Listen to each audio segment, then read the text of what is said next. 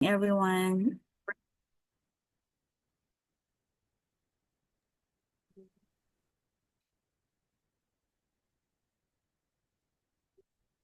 Siguro si James ulit. Father James. Hello po. Yes, ma'am. Okay. Can you lead up the prayer tonight? Okay po. So let us bow down our heads and feel the presence of the Lord. Heavenly Father, once again, we thank you for this wonderful night, for this occasion that we are all gathered for this review session. And we thank you that all of us are in good health and all of us are uh, busy. And even though all of us are busy preparing for the licensure examination for environmental planners, we thank you that you are giving us the grace and all the blessings so that we could pursue our goals in life.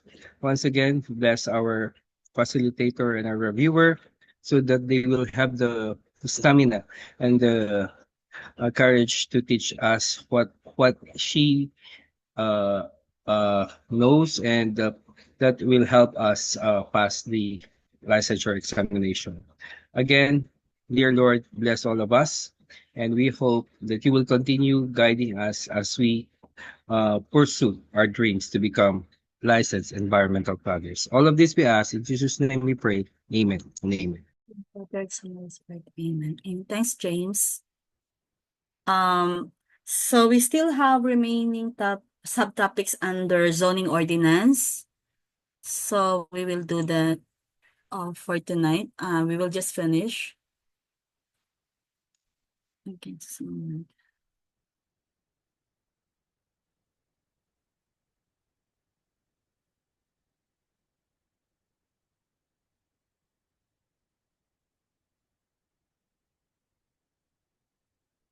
So I'd like to start siguro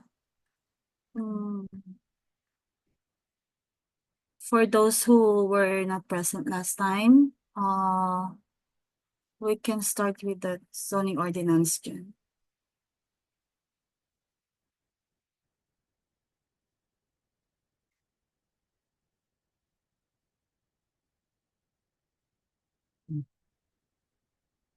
Just fixed it.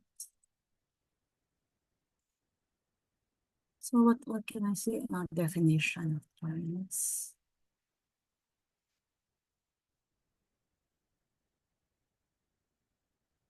Yeah, there you go. That's okay. That's the line. Letter C.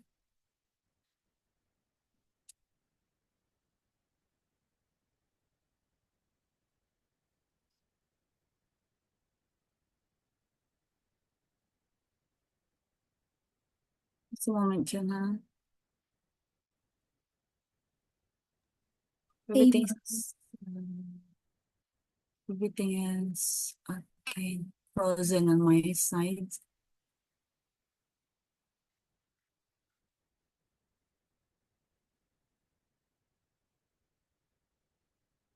Okay. So let's start with zoning. Yeah, actually, I've done already letters. Parang nade-delay yung voice ko. Diyan na? Parang nag-e-echo po. Nag-e-echo. So what should I do? Here. Now, okay? Meron pa din, ano? Okay lang din? Now, Teka okay? lang, ma'am. Parang may naka-open ng mic. Okay. So, not me, right? So, last time I started with the subtopic. Actually, that's the highlight of this particular topic on authority levers for implementing the CLUP, and it has a focus on zoning.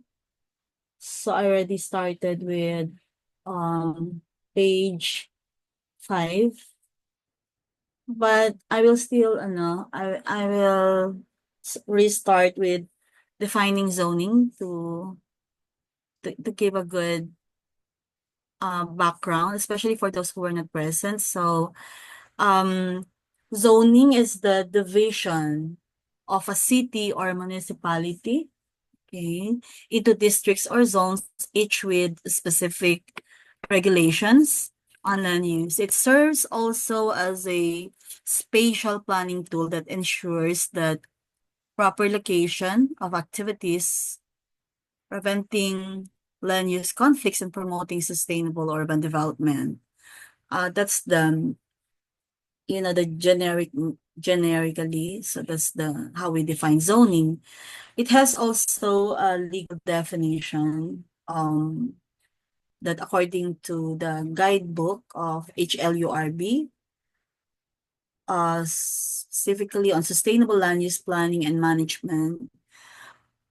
Zoning is a legislative act that delineates areas for specific uses and regulates them within cities and municipalities subject to laws and competent authorities. We have a scope of zoning regulations, so you can also see there from A to G. Okay, from A to G. Land and the first one there is land and water use.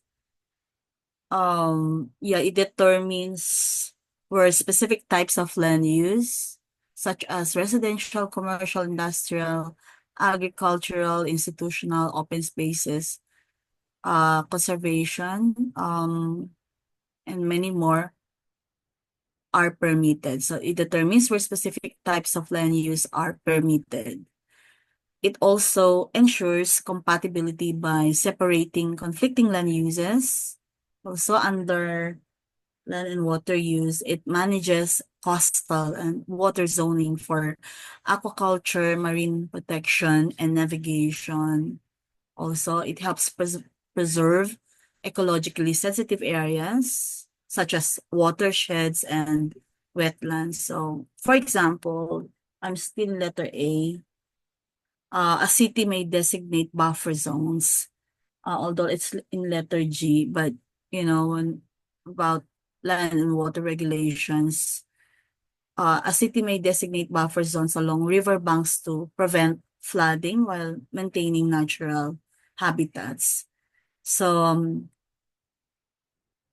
in letter B, use or building density regulations. So these are all zoning regulations.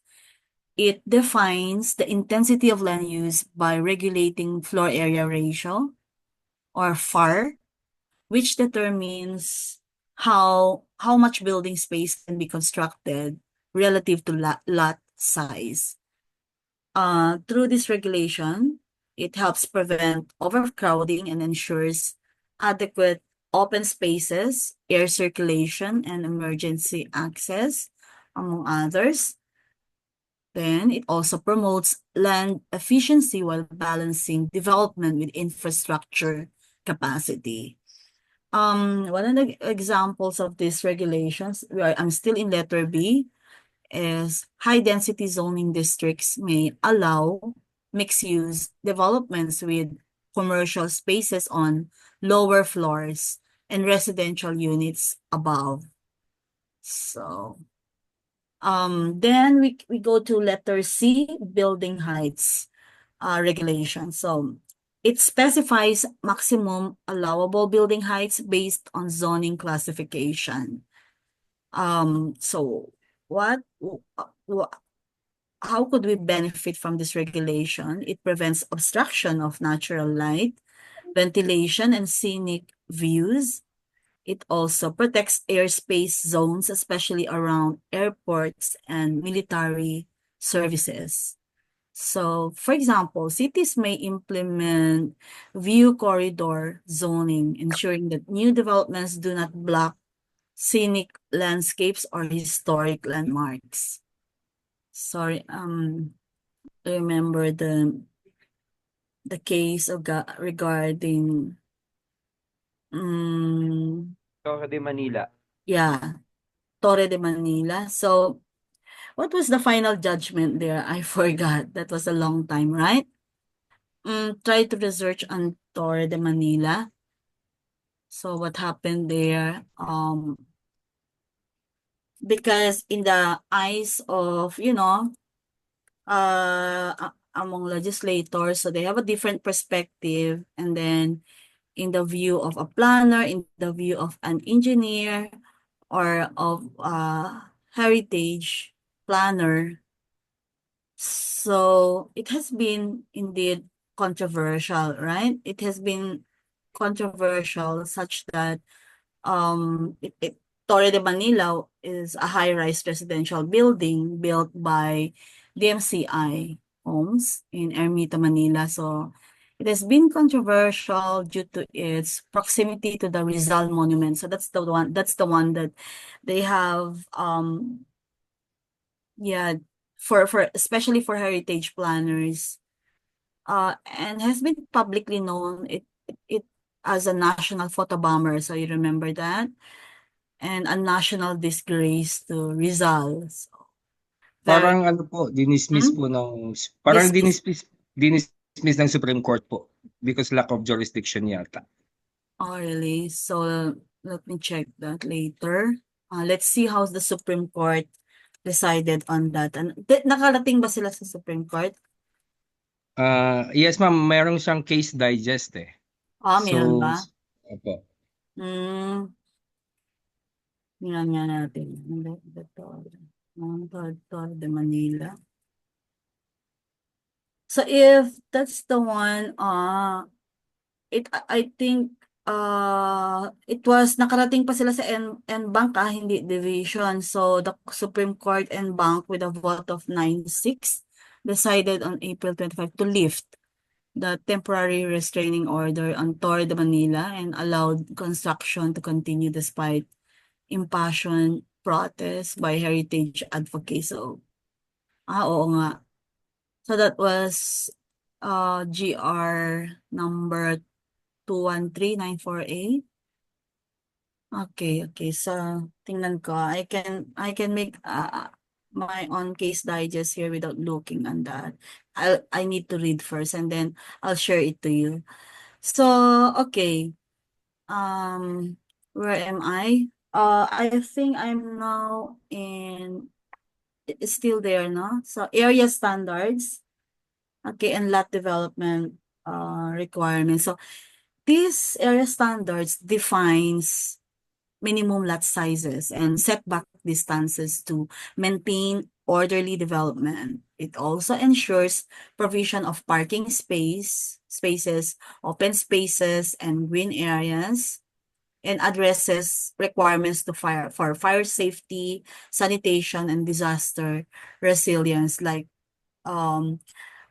because this is a good regulation, zoning regulation. So a residential zone may require a minimum lot size of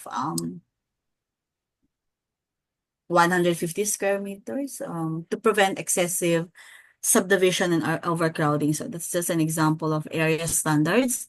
Then we have road setbacks there, and we can include right-of-way protection that establishes the minimum distance between structures and roads to ensure traffic safety and accessibility. It is also its objective also is to it prevents obstruction of sidewalks, emergency lanes, and future road expansions. And it includes easements for pedestrian pathways, drainage also, and utility lines, but not limited to. So a lot more to include under road setbacks. For easements, it protects public access to vital infrastructure such as rivers, shorelines, roads, and and maintain buffer zones also, and protected areas to prevent environmental degradation. It ensures compliance with national laws on heritage conservation, forest management, disaster mitigation, a lot more. So, for example, under Philippine law, a 3-meter easement along riverbanks, so must be maintained as open space to prevent erosion and flooding. So that's just an example how we establish this zoning regulation on easement. Then we have buffer zones, so we can also add buffer zones and transition areas whereby it separates incompatible land uses to reduce negative impacts such as noise, pollution, air congestion. So it also provides gradual zoning transition between high intensity and low intensity land uses. What else? So actually, the list can go on and on, because it also helps mitigate conflicts between industrial, commercial, and residential areas. So, for example, industrial zones may require vegetative buffers or noise barriers between factories and nearby residential communities. So, we can go to letter D. Letter D. So we have the legal basis for zoning. I also discuss. I think I was able to do this, but we can do it again. Like Article 13, Section 1. It's on social justice and property rights. So again, this is a non-negotiable effort or review area for you. It means that you need to memorize even the sections and articles, because these are the legal basis or the constitutional basis and other laws, other legal basis for zoning. So Article 13, Section 1 on social justice and property rights, it mandates the state to prioritize laws and policies that promote human dignity and reduce social and economic inequalities. Also, under this section, it ensures that land policies contribute to equitable wealth distribution, preventing land monopolization, and it grants the government the authority to regulate property ownership, use, and disposition for the common good. So, it says there that to this end, the state shall regulate the acquisition, ownership, use, and disposition. Okay. For example, an LGU rezones idle lands for affordable housing projects, ensuring land is used for public benefit rather than private speculation. So just one of the examples of how we apply this in zoning when we justify land use regulations to prevent exclusive land ownership and land speculation, and when it should support zoning ordinances that promote socialized housing, inclusive urban development, and equitable land distribution. So another one is number 2, Article 12, Section 6, Philippine Constitution. So yung una is 13, then Article 12. It recognizes that property ownership is not an absolute right, but must serve a social function. And also, under the same article, it ensures that corporations, cooperatives, and private entities can own and develop land, but only under state regulations to promote distributive justice. Also, it allows the government to intervene in land use and economic enterprises when the common good demands it. Application in zoning, it allows local governments to set zoning restrictions to prevent environmental degradation and urban congestion. Also, another application in zoning is that it enables the reclassification of agricultural lands for urban expansion subject to legal requirements. For example, an LGU restricts commercial developments in agricultural zones to protect food security and sustain the economic livelihood of farmers. So we go to the zoning authority under the local government code. So that's number 3. So we have the section 20. So in general, or it says the local government code decentralizes zoning power, granting LGUs the authority to enact zoning ordinances and regulate land use in their jurisdiction. Now, under Section 20C, on land use reclassification powers, it grants LGUs the authority to reclassify lands within their jurisdiction following the CLUP. Under the same section, it ensures that reclassification is aligned with national policies and urban development strategies.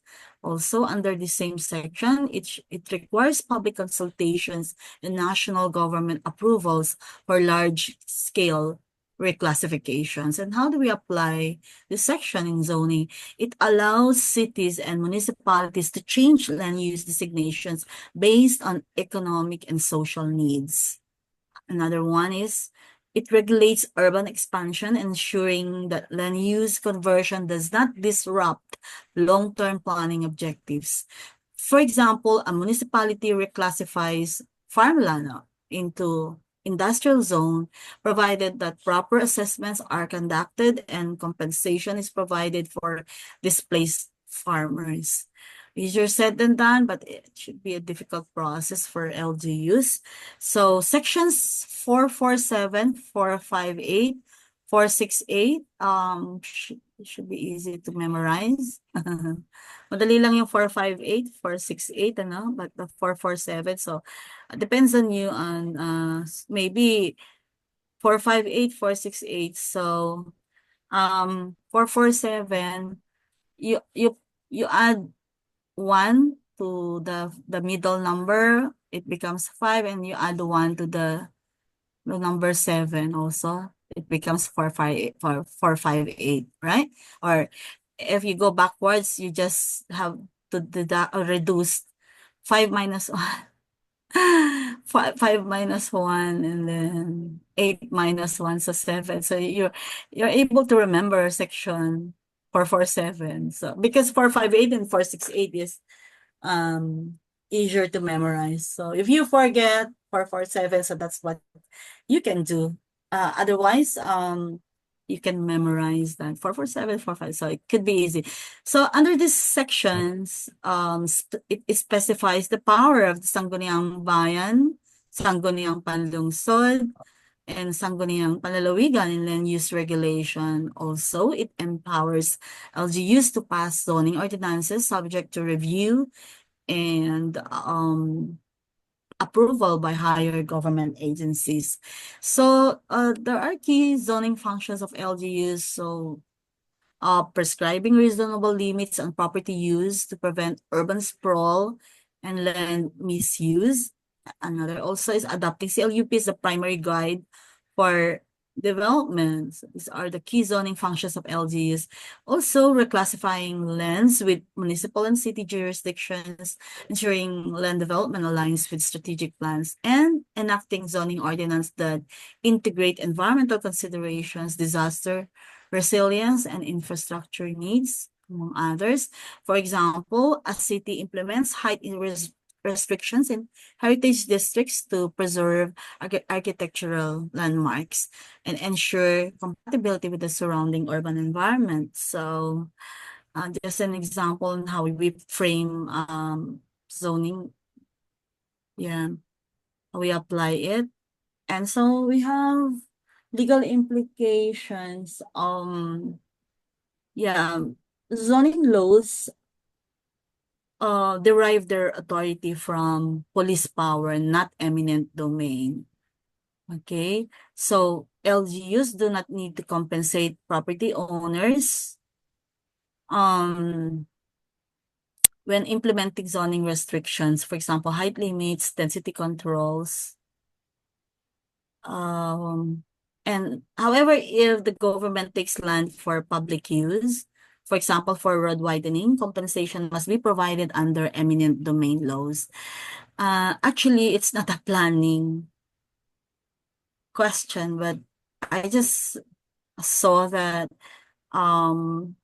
it was actually a bar question, but I did not take the bar because I did not finish my law degree, but I've been in law school. Actually, one of the bar questions asked that who determines just compensation? Do you know? Someone can unmute. For when government exercises its power of eminent domain.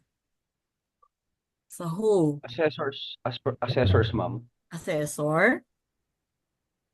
Yung specific amount? Yes, The using court, market ma'am. value. Probably a regulation like because it involves fair market value, so they will be asked about that, so they will be consulted. But when it's already within the court's jurisdiction, for example, nagdemandahan sila doon, the owner and government, so because natagalan sila ng pagbabayad, or maybe there were some shortcomings which pertains to just compensation, or is this a specific amount, who determines when it's already in the court's jurisdiction? The court po. Court. Okay, good. So you can take the bar tomorrow.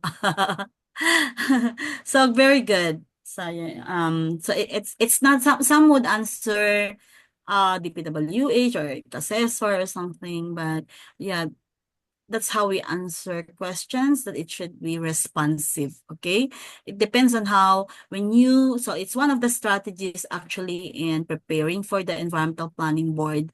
It's the same with bar, magkaiba lang yung nature, but when you read the problem correctly, you read the problem carefully, so that you can answer carefully and properly and correctly. Okay, so zoning ordinances must be consistent with national policies. So that's one thing about the legal implications of zoning and regulatory compliance. So under this, local zoning laws must align with if passed, the National Land Use Act, but it's still hanging there. So it's been like more than, I'm not sure, correct me if I'm wrong, it's more than 2 decades, so I'm not sure. And then UDHA also, and there should be some references that should be made regarding UDHA and other environmental regulations. Also, LGUs must consult stakeholders, and there should be environmental impact assessment should be conducted, and also it should be informed, or it should consider disaster resilience planning. So these are some of those national policies that certain ordinances should be consistent with. Okay, non-compliance with zoning ordinance can result in penalties. Okay, property owners who violate zoning laws, for example, constructing factory in a residential area, may face fines, demolition orders, or business permit revocation. So developers must secure locational clearances and zoning permits before beginning construction. All right. So where am I? Okay. Also, what's the role of zoning in sustainable and land use governance? Zoning is legally grounded in the Philippine Constitution, so please remember that, and the local government code, to ensuring that land use serves the public good. It's still the general welfare clause. Now, LGUs also have the power to enact zoning ordinances, regulate development, and reclassify land subject to national policies and legal limitations. Baka subject to blank. Okay, A, ganon, di ba? It may be as that way. Then zoning protects communities from environmental hazards, promotes equitable land distribution, and prevents land speculation. So remember all these elements. Proper implementation of zoning laws ensures that cities grow sustainably, balancing economic progress with environmental protection and social justice. Baka tanungin and blank. So answer social justice. Zoning is really powerful. It's not just a technical tool that we normally regard zoning, what zoning is. It's a policy instrument that shapes the future of cities. Through legally sound zoning ordinance, urban planners and LGUs can create resilient, livable, and inclusive communities. So we can go to okay, legal basis. Political, yeah, okay, look at that. The legal basis for zoning ordinance. So, police power, what's the police power of the state in regard of zoning ordinance? A zoning ordinance derived its authority from the state's inherent police power, which allows government regulation to, number one, safeguard public health, safety, and convenience. Then, number two, it protects the general welfare of citizens. Third, control urban growth and prevent land use conflicts. So, for example, a city government enacts zoning restrictions to prevent commercial developments in environmentally critical areas, the ECAs that we normally say, ensuring ecological balance. So that's the police power of the state. And I mentioned earlier about yeah, the constitutional provisions here, let me just check. Okay. Yeah, for example, Article 13. So are we looking at the same PDF gen? I mean the area there. So we've done legal basis, formulations, and I think we can go to then we can go to okay. Second paragraph, or sige, first paragraph of legal basis of ordinance. Okay. So I mentioned about the police power there, and then also the constitutional provisions, Article 13, and Section 1 of 1987 Constitution. It establishes that property ownership carries a social responsibility. So it's in the Constitution, in Section 1 of Article 13. Then it also empowers the state to regulate ownership, use, and disposition of property for the common good. So earlier, I also mentioned about that. And it supports land use planning policies that promote equitable development, sustainability. Another one mentioned there, first paragraph, still in first paragraph, Article 12, Section 6. Section 6, where is it? But we will include that Section 6 of Article 12 that recognizes that property use must serve the public good and that the state may intervene when necessary.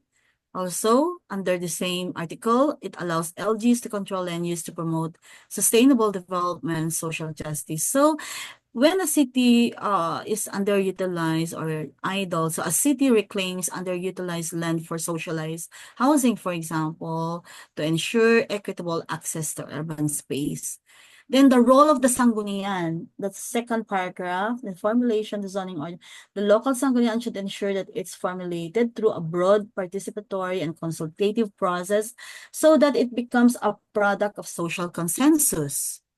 So what do you mean by all this one? That the local sanggunian is responsible for number one, formulating and enacting zoning ordinance in line with CLUP, and then conducting public consultations. That's very important to ensure that zoning decisions reflect stakeholder interests, and then ensuring compliance with national laws and environmental policies. So before rezoning a commercial area, the sanggunian concerned must hold public hearings to gather community feedback and assess potential impacts to inform their decisions. Okay. So in conclusion, zoning ordinances are legally mandated to ensure orderly and sustainable land use. Also, LGUs must balance private property rights with public welfare when drafting zoning laws. Then, number 3, the police power of the state justifies zoning restrictions, provided they promote public health, safety, and environmental protection. Okay, because um these are, how do you call that? I forgot again. Yeah, they are included in the Bill of Rights. So it's self exec ex self-executing provisions of Constitution, meaning no need for enabling laws, unlike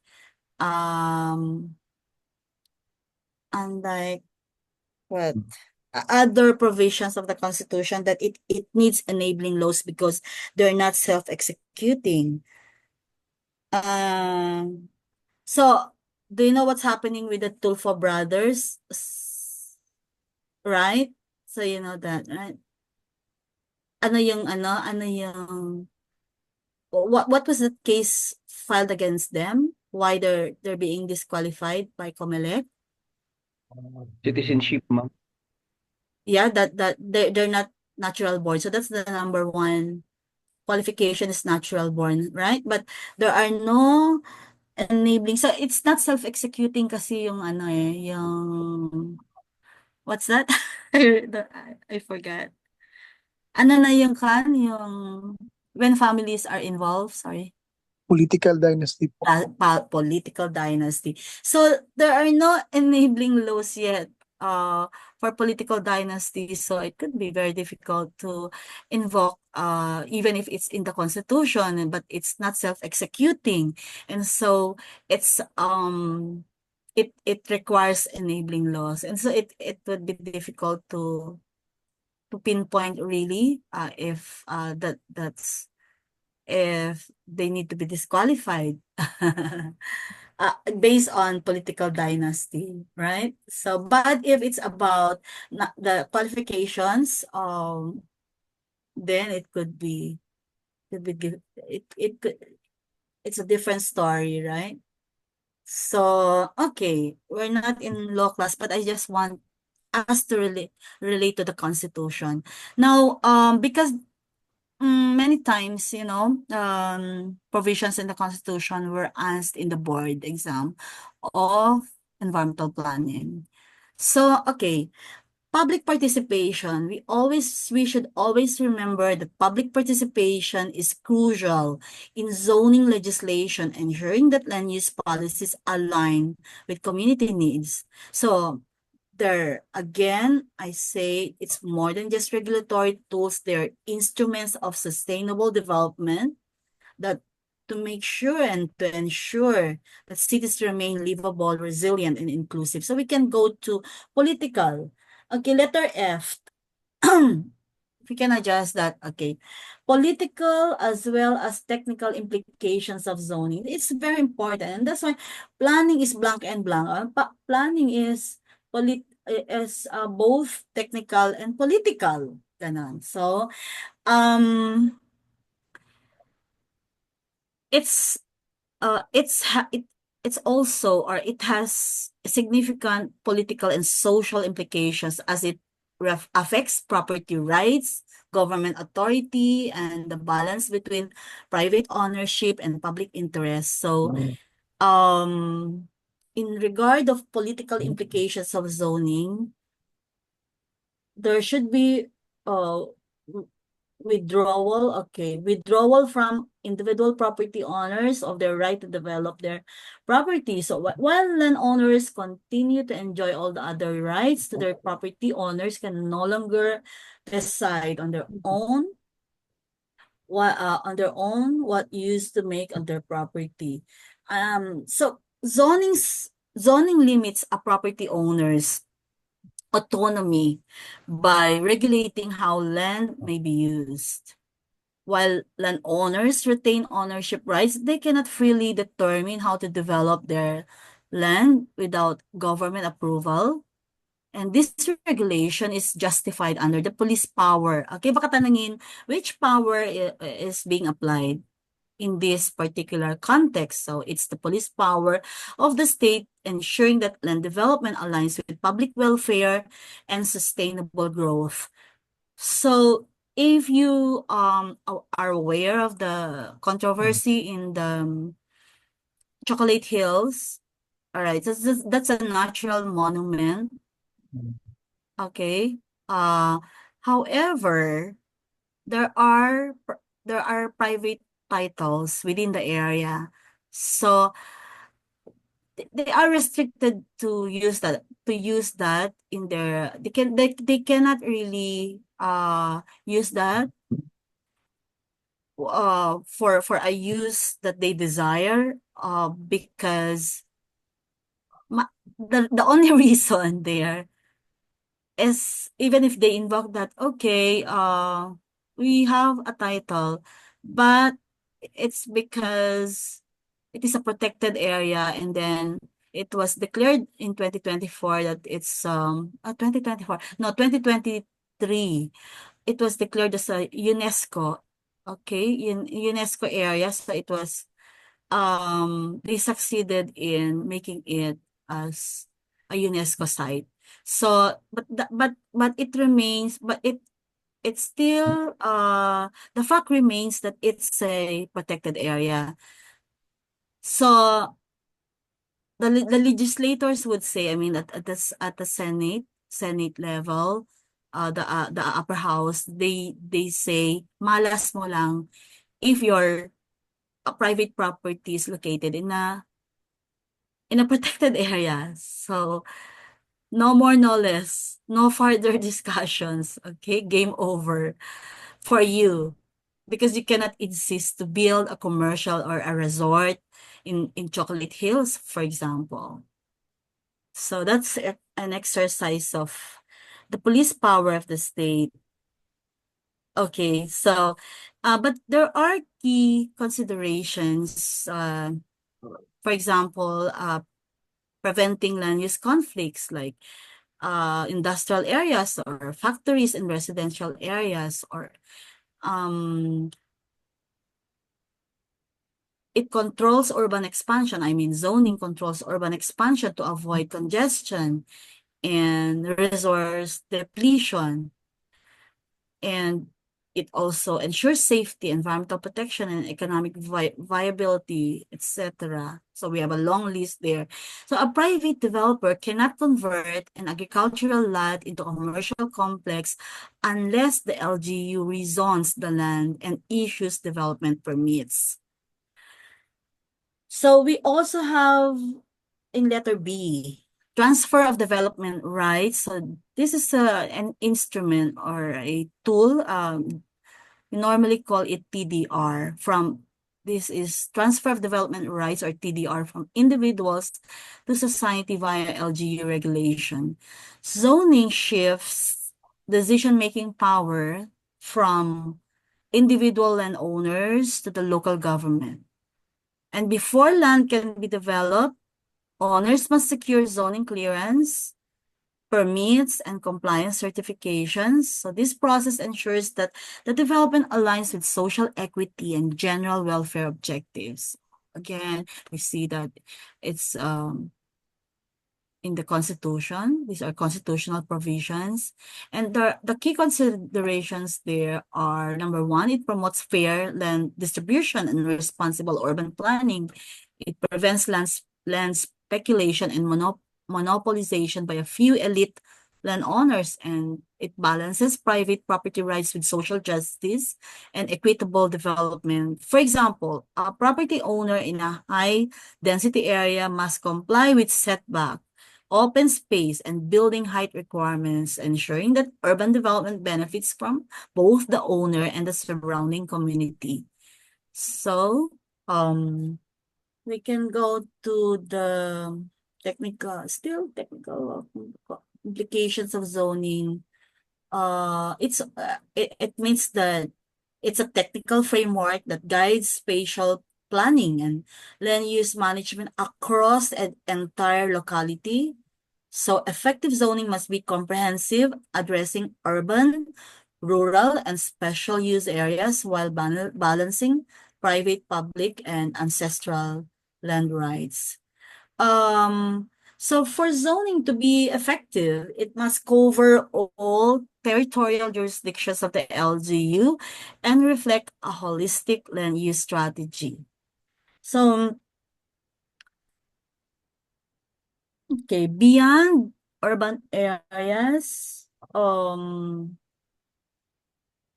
zoning is not limited actually to cities, okay, to cities and town areas, or town centers. It must also cover rural barangays and other settlements. Okay. You can see there. And then under a comprehensive in scope. Okay. That's technical implications of zoning, letter A. We are still there. It also ensures balanced regional development. Balanced development by regulating peri-urban. I defined peri-urban earlier, and rural land uses. Also, it prevents overconcentration of economic activities in city centers while promoting decentralized growth. So that's why I call it beyond urban areas, such that when a municipality with rapid urban expansion extends zoning ordinances to cover rural barangays, this is ensuring that settlement growth is planned and controlled. So why do we include inclusion of barangay settlement centers outside the poblacion, so we can here okay, as zoning should regulate growth in barangays beyond the town center, the poblacion. So to prevent unregulated urban sprawl in previously undeveloped areas. Also, to secure that or to guarantee that infrastructure, utilities, and environmental safeguards are integrated into zoning regulations. For example, in a high-growth municipality, barangays outside the town center are zoned for residential expansion to prevent haphazard informal settlements. Then, how about the growth? Do we see growth centers there identified? So zoning must align with urban development plans, ensuring that land use policies support economic corridors, transit-oriented development, and mixed-use zones, and also supports planned city expansion and regional growth strategies. So a city may designate multiple growth centers or probably potential CBD, central business districts, ensuring commercial and industrial development are distributed rather than concentrated in a single area. So there are strategies like that, like what are those urban form that we normally see in a CLUP?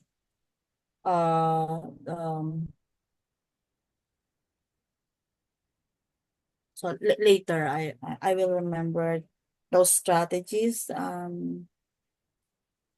urban expansion strategies. So I did this in, I think, Dipakulaw. I proposed two, CBDs over there, because they only have one, and in the southern part of Dipakulaw, there are, it's rapidly expanding at the southern part. So yeah, a CBD should be located there because it's it depends really on the land configuration sometimes when it's a linear type, and so it gets to be very the land configuration is kind of elongated one, so you cannot really do some um compact development that it's just concentrated on the other end, but at the other end there's nothing there. So it could be very dangerous, especially for health concerns. So before you reach the hospital and when you suffer from stroke, then hindi ka na aabot ng buhay, di ba? So something like that. Uh, so sometimes even just merely looking at the configuration of the city or the municipality, and you would know which land use strategy should be proposed, should be implemented. Okay, so you can do that by merely common sense, but beyond common sense, still scientific or an appropriate process, land use process should still be consulted, or it should be informed by a scientific process. Okay. Zoning for public and ancestral lands. Sorry, saying that. Just a moment. Okay. In LGUs with public land and ancestral domains, zoning must reflect management plans for these areas. Indigenous and ancestral land rights must be considered in land use planning and zoning implementation. And we need to ensure that ancestral lands are protected from unlawful encroachment while allowing for sustainable development. So when a province with ancestral lands ensure we need to protect indigenous communities to retain their zoning protections for cultural and environmental preservation. So that's about when we try to plan, or when we try to zone for public and ancestral lands. So these are providing some frameworks on how you can do that and how you can answer questions later in the when you take the board exam. Okay. Then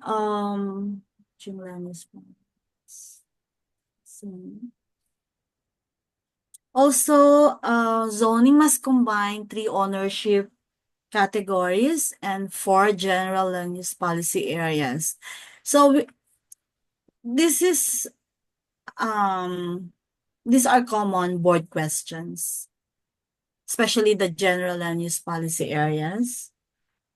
Okay, what are these land ownership categories? We have private, we have public, we have ancestral lands. Okay.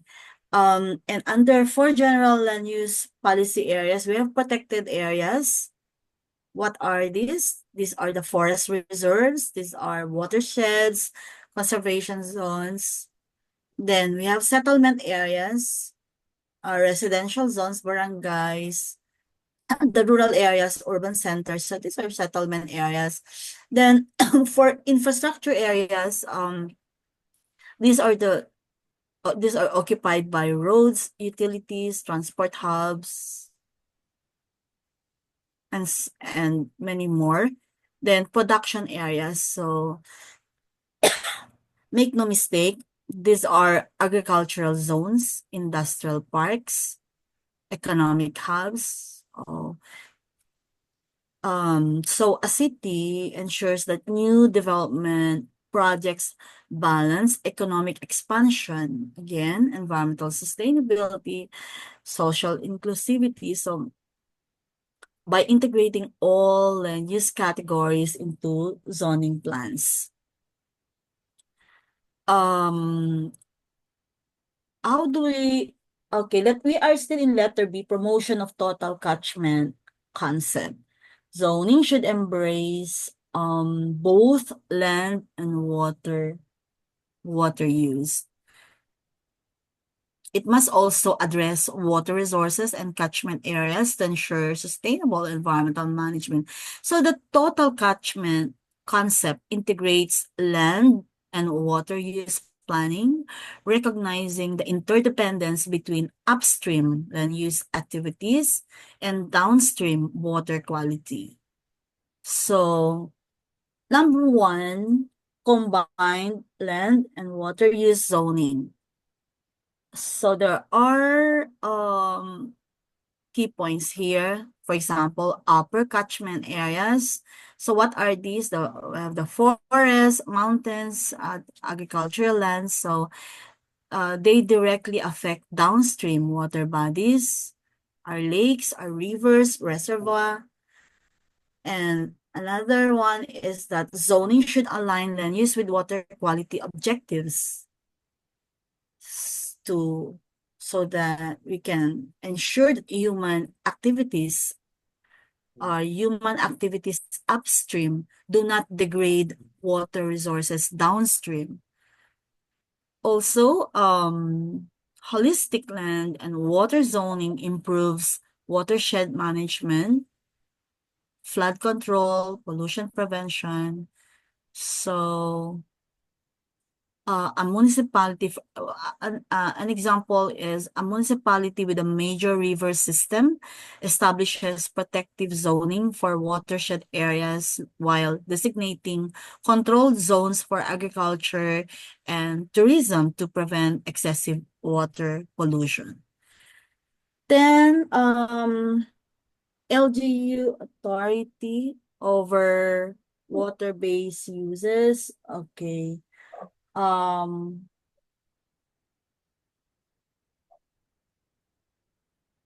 Okay, local governments have regulatory authority over water use zoning. For example, tourism and recreation. So we have our resorts, our water parks, diving areas. Then what else? Navigation and transport. We have the ferry routes, boat docks, etc. Then commerce and industry. We have fishing zones, aquaculture, port development. That should align with environmental protection policies. So water zoning can prevent conflicts between different water uses while maintaining ecosystem integrity. Okay, so a city, for example, a city along coastal area zones, different sections of the shoreline for fishing, tourism, marine protection.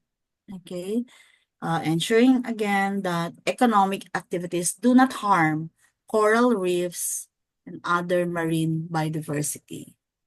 So, water quality, okay. Water quality-based land regulation. The highest water quality standard should determine the allowable land use types upstream. Water zoning policies must protect sources of drinking water, irrigation, and aquatic ecosystems. Another one is that industrial and agricultural activities upstream must be regulated to prevent contamination of receiving waters. So the key considerations in those regulation is that pollution control measures for industries and settlements, and then we also have the riparian buffer zones along rivers and lakes to filter runoff. Then also regulating deforestation, mining, and intensive farming in catchment areas. So,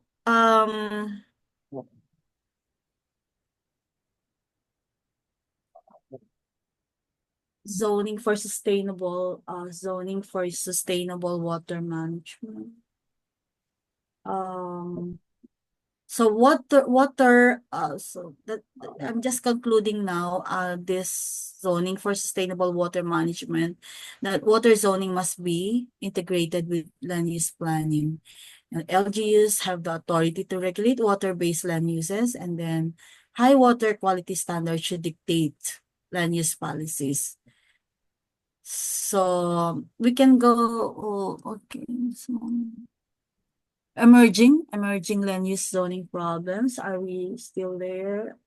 Letter C. Okay, that there are challenges actually under mixed land uses that do not fit standard zoning, that some areas exhibit multiple dominant land uses that cannot be strictly classified under one category. Also, traditional zoning may be too rigid, leading to conflicts between land use regulations and actual development needs. So what are the solutions to these challenges? Number one, we can adopt a mixed-use zoning approach, integrating dominant and associated uses into zoning classifications. Also, we can utilize the zoning compatibility matrix, which evaluates whether specific land use are permitted in certain zones with conditions or restrictions. And we should also recognize mixed-use land use as a distinct zoning category, allowing flexible land development without violating zoning laws. So, special cases on, are we there?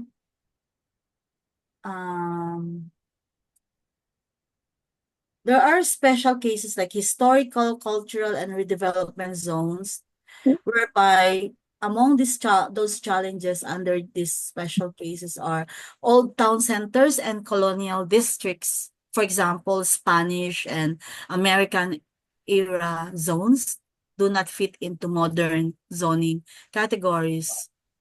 So this is one of the challenges. And then another key challenge is some urban areas are too run down for conservation, but too historic to be demolished. So another challenge is that conflicts arise between redevelopment needs and heritage conservation policies. So I hope you notice this as challenges, right? We want to, follow heritage policies, heritage conservation policies, but there's also a strong desire to, to do some redevelopment efforts. So what are the solutions? We create a special zoning classification for historic and cultural districts to preserve heritage while allowing controlled redevelopment. So you're kind of combining that. Another one is to designate certain areas for urban renewal and revitalization. To encourage investments while protecting historical sites. Also, if we can provide incentives for adaptive reuse of heritage buildings. So this is under heritage policy, adaptive reuse of heritage buildings, so that we can ensure economic viability while maintaining cultural identity. So for example, in Intramuros, Manila, zoning regulations allow modern adaptive reuse of old buildings while prohibiting uncontrolled commercial expansion. So, overlapping, let me see, konti na lang ha, so don't sleep. Konti na lang. So, with those challenges that I mentioned, so there are, of course, solutions, strong solutions, like we can harmonize agricultural and environmental zoning, like protected farmlands maintain production functions while adhering to conservation policies.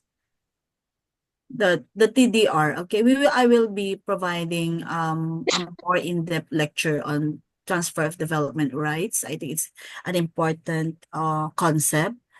Also, we can develop zoning overlays, allowing dual classification under strict regulatory conditions. And also, we can implement land management strategies that balance economic growth with ecological sustainability. So, in coastal municipalities or, you know, provinces, mangrove forests, for example, and aquaculture farms must be zoned in a way that preserves environmental integrity while allowing sustainable production of seafoods.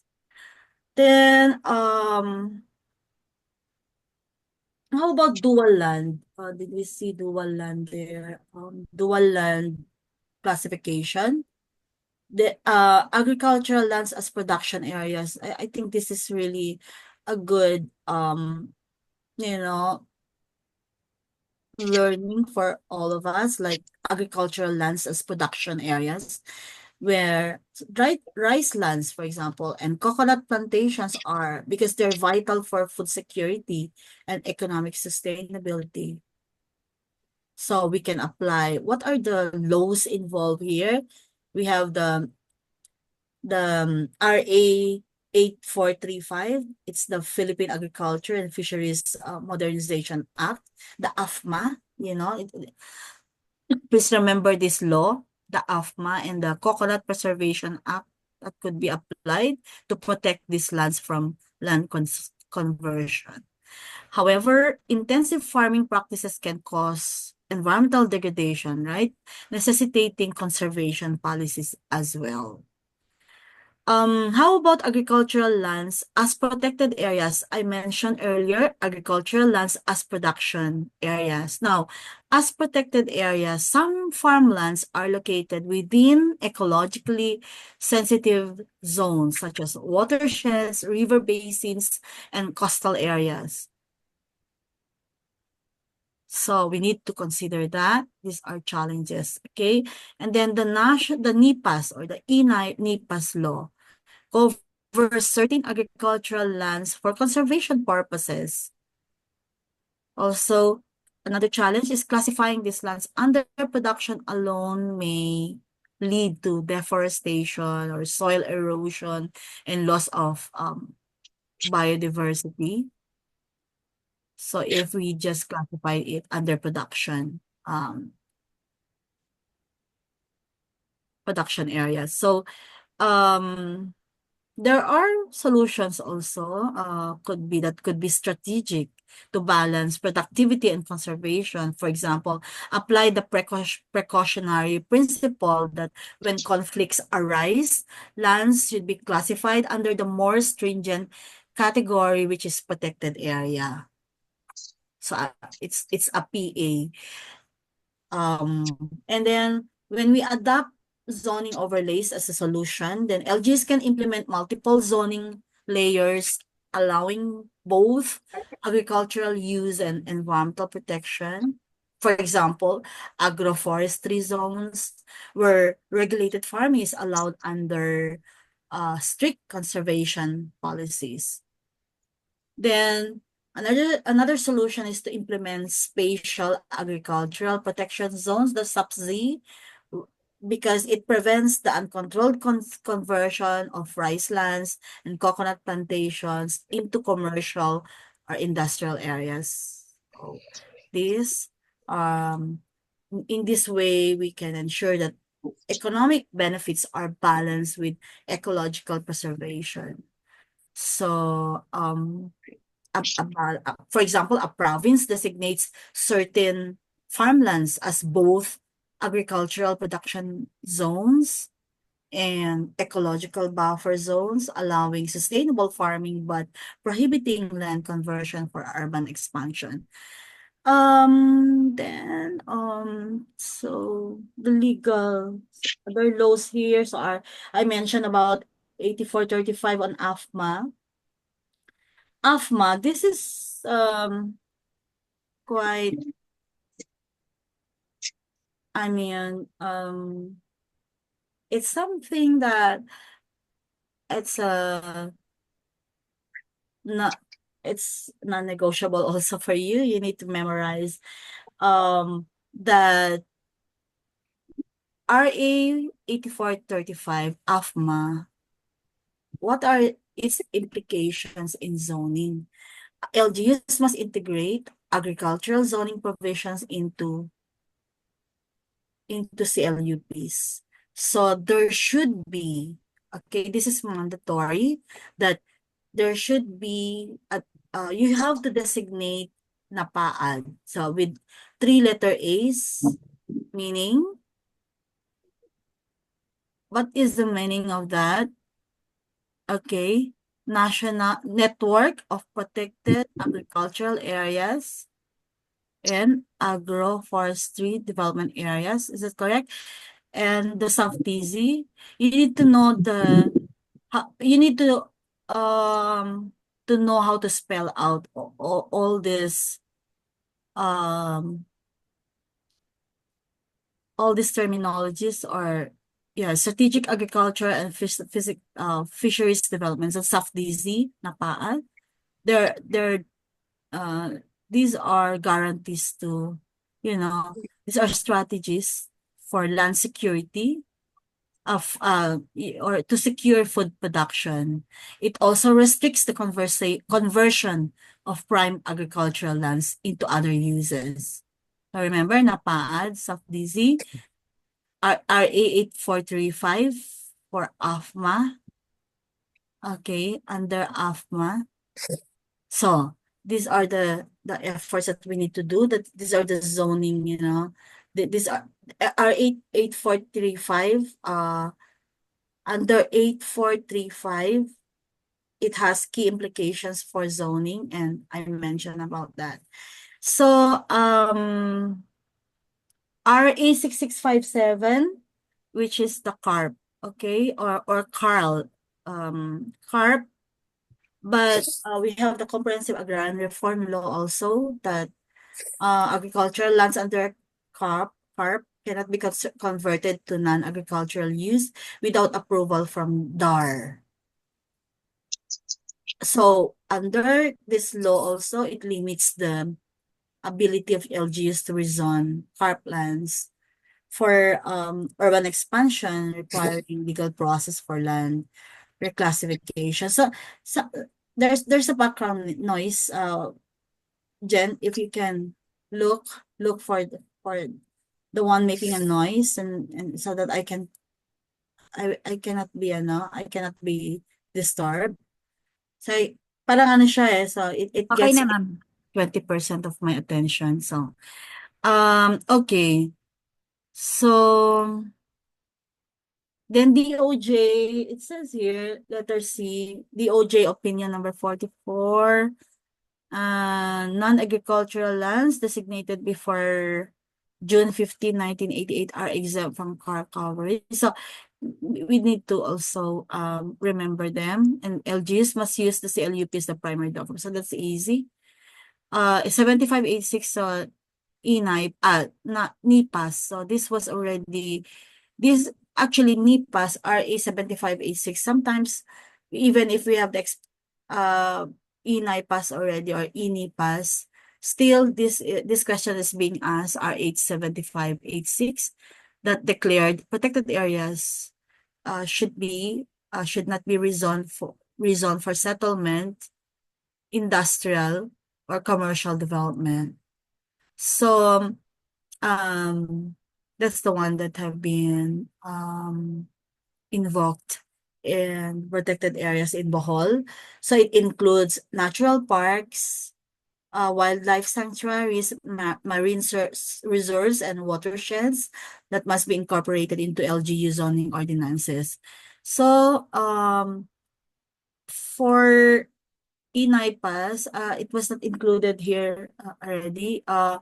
So the expanded National Integrated Protected Areas System Act of 2018, the ENIPAS, was enacted to establish 94 protected areas in the country and provide for their management. So the law aims to create a NEPAS that encompasses ecologically rich and unique areas or habitats of rare and threatened species and related ecosystems. So it was not there, but I just read it to make sure you include that the INIPAS. Anyway, this is just an overview. Okay, this is not yet an in-depth lecture about zoning. See, overview should be like few minutes only, right? But it takes hours to make an overview. Anyway, so RA Philippine, okay. The water code also establishes buffer zones along water bodies, rivers, lakes, coastal areas to restrict urban development.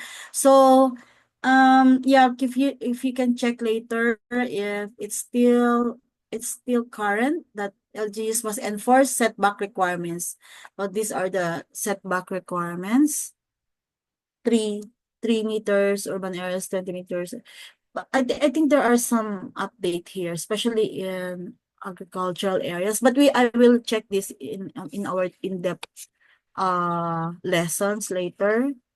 So yeah, Applicable pa rin siya, ma'am. Applicable pa rin. applicable pa din. Yes. So when I was Yes. in Bulacan Gen, no? So I think there was something like a debate about this one. But okay, let's take that as it is at the moment. Then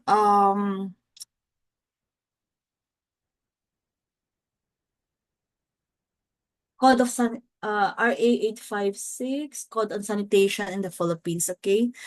No deep, it says no deep or shallow wells can be constructed within 25 meters of any pollution source.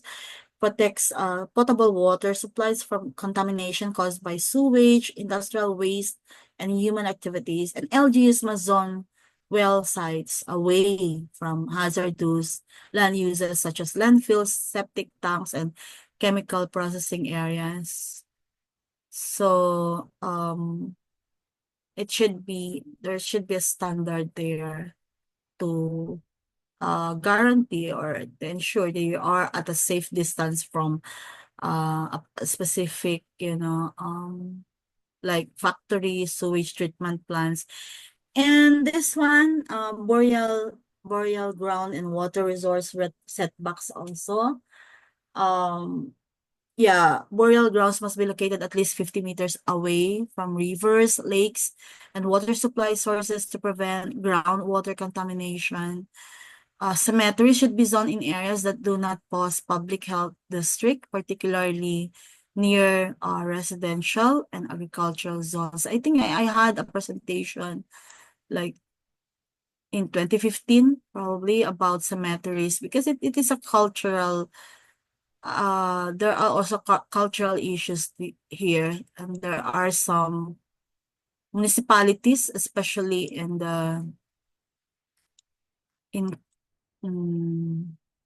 Kalinga province, and I'm not sure Ifugao, Apayao, whereby they don't really follow the burial ground and water source setbacks. So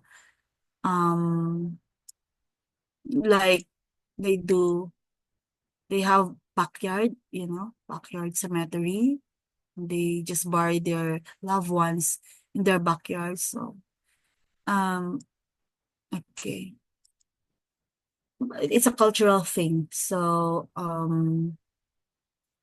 but it's just one of the examples here, regulation is, for example, in a coastal municipality, the LGU designates cemeteries inland to avoid polluting groundwater in nearby fishing areas. So the setback should also be followed in burial ground, residential setback. So it must be at least 25 meters from the nearest house. But even in my own city, yeah, how would you feel if you wake up if you wake up and the first thing you see is the cemetery, do you feel good every day? You wake up, and if you wake up 3 times a day, then you see that 3 times a day, right?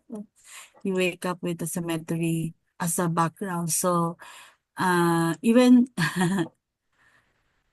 even in Makati, so I live in a condominium, but my I'm facing the amenity, but there's a portion in my condo whereby residents are facing the South Cemetery.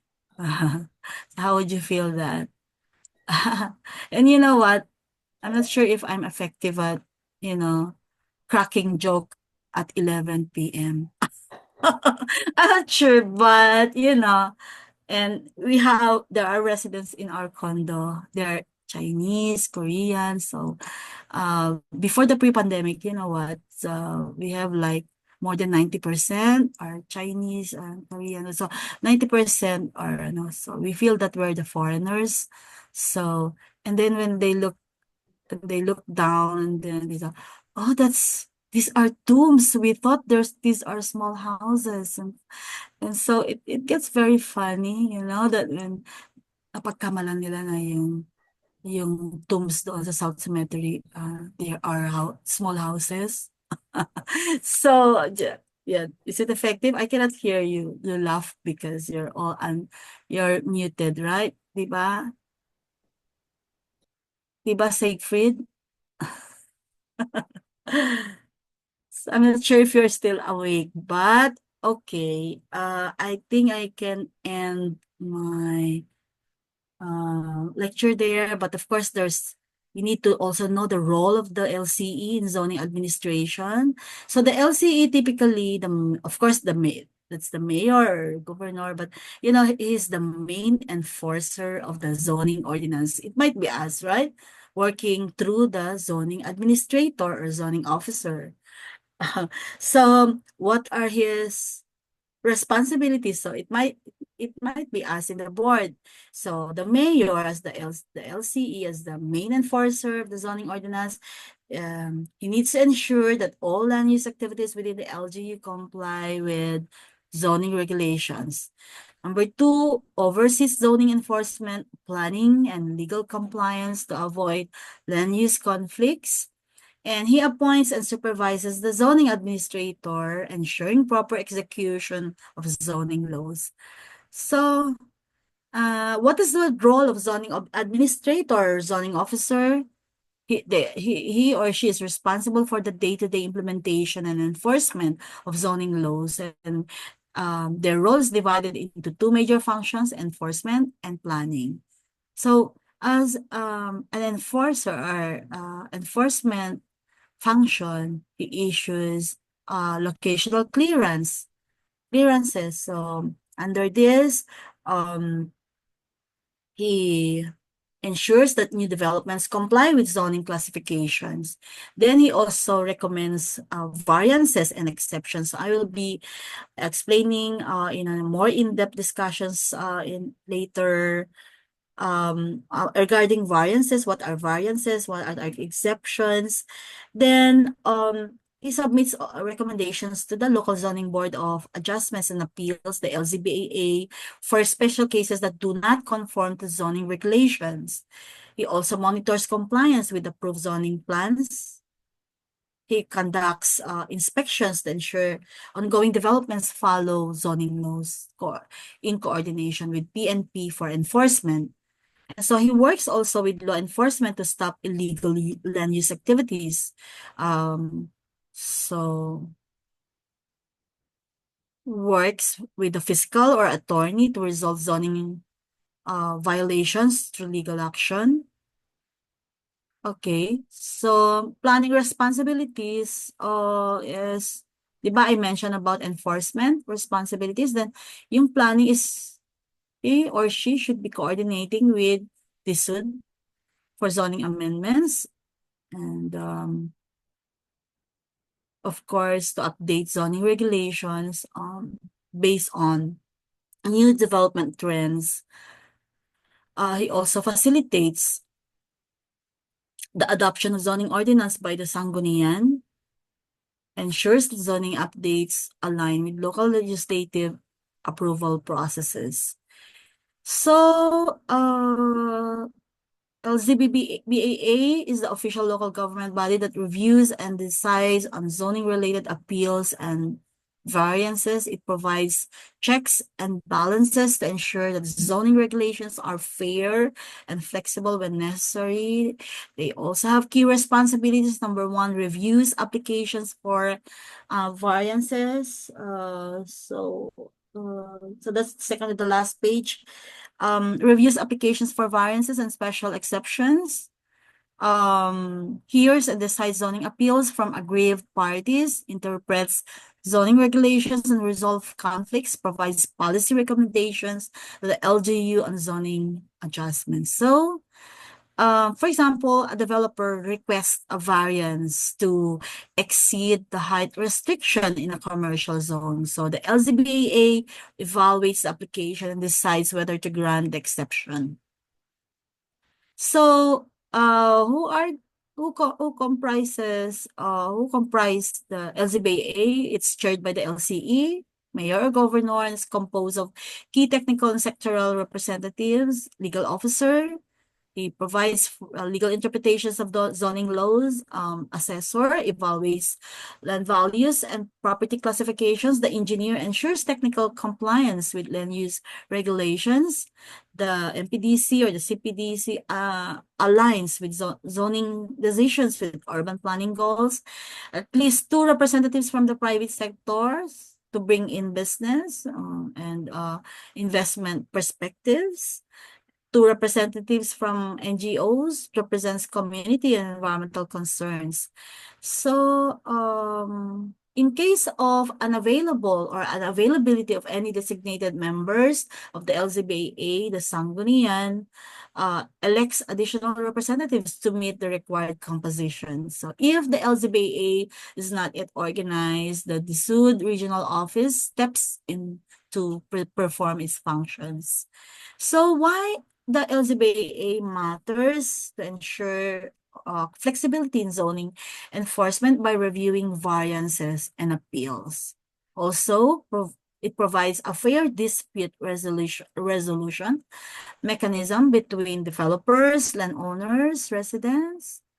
Strengthen also the accountability of local zoning decisions, ensuring they align with urban planning and environmental sustainability goals. So, it indeed matters. So they act on appeal. So there are key functions of the LZBAA. They act on appeals from the local zoning administrator. Then they act on applications for zoning adjustments. They also appeal process to the DSUD. So the LZBAA as critical zoning institution ensures zoning laws are applied fairly and flexibly. Also, it balances property rights, urban planning goals, and public interest, and provides a clear process for appealing zoning decisions, reducing arbitrary enforcement. So, okay, so I think that's we call it a day, because I'm afraid we will end at 12 midnight. So thank you. Open your camera, everyone.